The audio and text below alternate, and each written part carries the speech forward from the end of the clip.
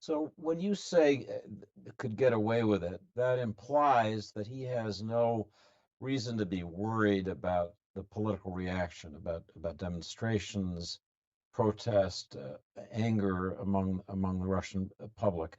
Is that so? Is he really that insulated now from domestic dissent?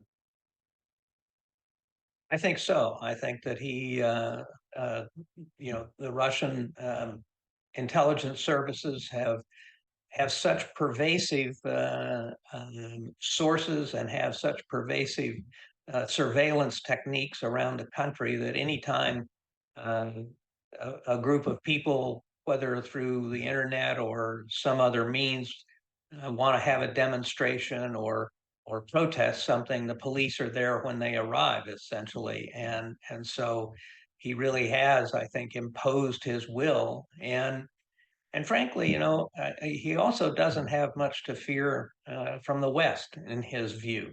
It's not just his own people that he's not worried about at this point. I think he's feeling actually pretty smug.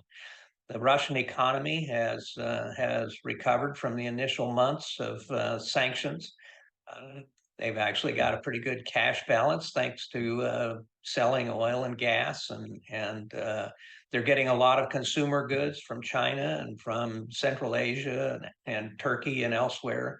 So the daily lives of most Russians have not been affected very much, except, of course, the families of those many families who have lost their sons, husbands, brothers in Ukraine. But I think he's feeling like things are going his way inside Russia in terms of the economy and control.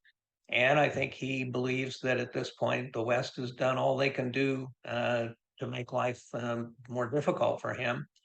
And that, in fact, as the West begins to fracture, that his position will only get stronger.